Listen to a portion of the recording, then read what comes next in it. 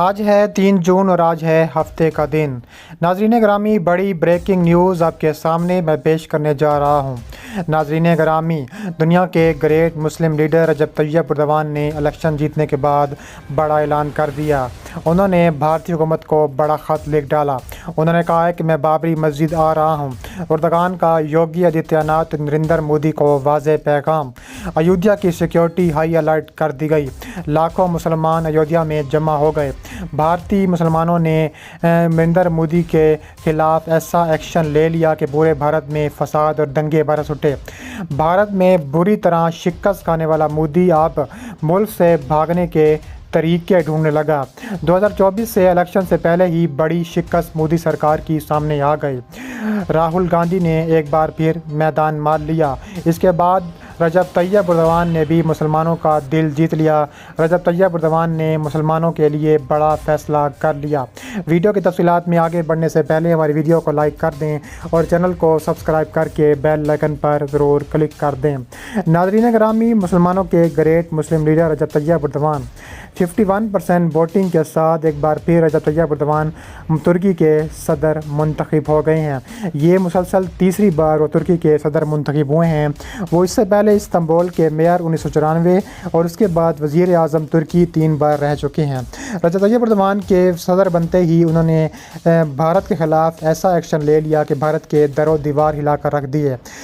نریندر مودی کو ایسا پیغام بھیج دیا اور ایسا خط بھیج دیا جس میں پورا طور پر کہا جا رہا ہے کہ میں بابری مسجد آ رہا ہوں۔ انہوں نے کہا ہے کہ جو تریپورہ منی پور آسام میں جو مسلمانوں کے خلاف ظلم و بربریت کی گئی ہے، وہاں پر مسلمانوں کی مسجدیں توڑی گئی ہیں، وہاں پر گائے کے گوشت کو کھلانے پر پابندیاں عائد کی گئی ہیں۔ انہوں نے کہا ہے کہ بھارت جان لے کہ وہاں کے مسلمان اکیلے نہیں ہیں۔ انہوں نے کہا ہے کہ جب خلافت عثمانیہ بحال ہوگی اور اس سال ہوگی تو اس کے بعد مودی سرکار کی چیخیں سننے والی ہوں گی۔ انہوں نے کہا ہے کہ ترکی یہ سمجھ چکا ہے کہ نریندر مودی جو مسلمانوں پر ظلم و بربریت کے پہاڑ توڑ رہی ہے اور جو اسرائیل فلسطینیوں کے خلاف ظلم و بربریت کے پہاڑ توڑ رہے ہیں، ان دونوں کو سبق سکھانے کے لیے ترکش فوج مکمل طور پر تیار ہے۔ انہوں نے کہا ہے کہ وقت آ گیا ہے کہ مودی سرکار کے پرخچے اڑا دیے جائیں۔ اس کے علاوہ انہوں نے جو مجاہدین ہیں کشمیر میں، ان کی مدد کرنا بھی شروع کر دیا ہے۔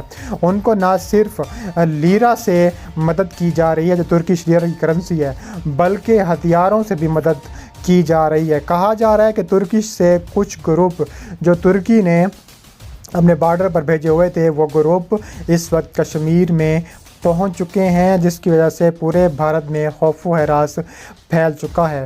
نریندر مودی کی اینٹ سے اینٹ بچ چکی ہے۔ نریندر مودی جو کہ پہلے ہی بوکھلایا ہوا ہے، جو کہ اس کی اس سال 3 ریاستوں میں تابڑ توڑ شکست کے بعد نریندر مودی جو کہ بری طرح بوکھلا چکا ہے اور 2024 کا الیکشن اس کو سامنے نظر آ رہا ہے کہ وہ بری طرح ہار جائے گا۔ اب اس نے مسلمانوں سے معافیاں مانگنا شروع کر دی ہیں۔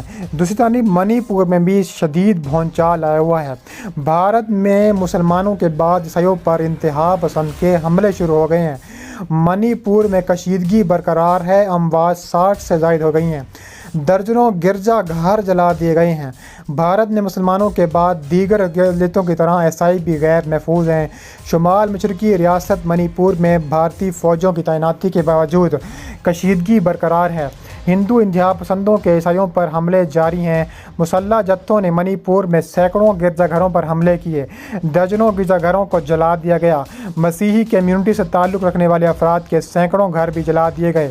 پرتشدد واقعات میں اب تک 60 سے زیادہ افراد ہلاک ہو چکے ہیں۔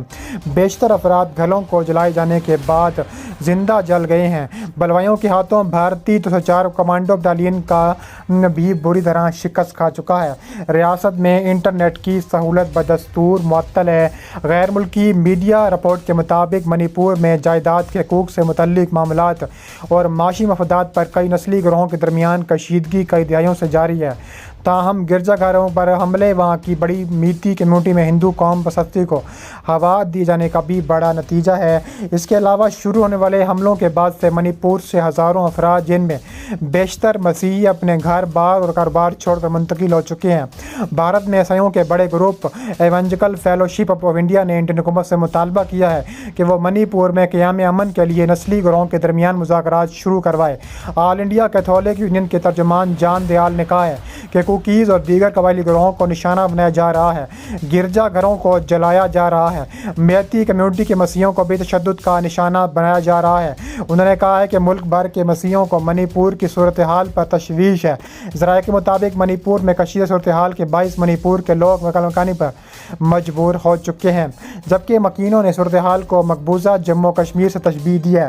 ریاستی حکومت نے اب پولیس اور فورسز کو حکم دیا ہے کہ وہ فسادیوں کو دیکھتے ہی گولی مار دیا جائے۔ اس کے علاوہ بھارت میں شدید تصادم کو برقرار رکھتے ہوئے بھارت میں مسجدیں گرائی جا رہی ہیں اور ایسی مسجدیں گرائی جا رہی ہیں جو کہ بھارت بننے سے پہلے کی تھیں۔ مسلمانوں پر ظلم و بربریت کے پہاڑ توڑے جا رہے ہیں۔ عیسائیوں پر ظلم و بربریت کے پہاڑ توڑنے کے بعد اب مسلمانوں کی باری ہے اور اس کے بعد دیگر مذاہب کی باری ہے۔ ہندو اس ملک میں صرف آزاد ہیں، باقی تمام جو کہ قومیں ہیں، باقی جو تمام مذاہب ہیں وہاں پر بھارت میں کوئی آزادی کے نام پر کوئی چیز نہیں ہے۔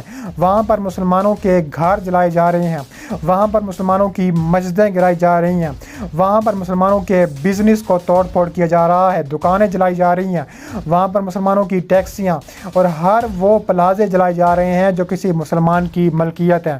اس کے علاوہ رجب طیب اردوان بھی بری طرح بھارت کو شکست دینے کے لیے بھی تیار ہے۔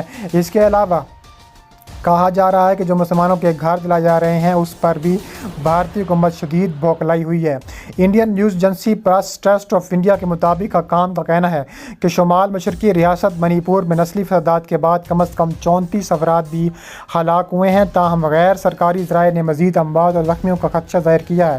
مرکزی وزیر کرنل رجیو نے ریاست میں امن قائم رکھنے کی بھی اپیل کرتے ہوئے لوگوں سے مذاکرات کی اپیل کی ہے۔ اس ریاست میں تشدد کے لہر کا آغاز اس وقت ہوا جب مقامی کمیونٹی نے ریاست کے ایک نسلی گروہ کو قبائلی اسٹیٹس دیے جانے کے منصوبے کے خلاف مظاہرے کیے ہیں۔ اس کے علاوہ تاہم اس جہاد کے بشدت اختیار کیا گیا ہے جس کے دوران ہجوم نے مکانات، گاڑیوں، چرچوں، مندروں پر حملہ کیا۔ ان پرتشدد کارروائیوں کی وجہ سے اب تک 10,000 لوگ بے گھر ہو چکے ہیں۔ ریاست میں امن قائم رکھنے کے لیے ہزاروں اہلکار تعینات کیے جا چکے ہیں۔ متعدد اضلاع میں کرفیو نافذ کر دیا گیا ہے۔ خبررساں ادارے این کے مطابق ریاست میں کرفیو نافذ اس میں لوگوں کے لیے صرف اتوار کی صبح ضروری اشیاء کی خریداری کے لیے نرمی برتی گئی ہے۔ گورنر سشری سنوسیا نے بھی اپنے پیغام میں لوگوں سے پرامن رہنے اور تعاون کا مطالبہ کیا ہے۔ ان کا کہنا ہے کہ سیکیورٹی فورسز اپنے آپ کی فراہم کردہ معلومات پر فوری اقدام کریں گی۔ انڈیا کے شمال مشرقی میانمار کی سرحد کے قریب واقع منی پور سے ملکہ ریاستوں کی حکومتوں نے اپنے طلبہ کو نکالنے کی بھی کوششیں بھی شروع کر دی ہیں۔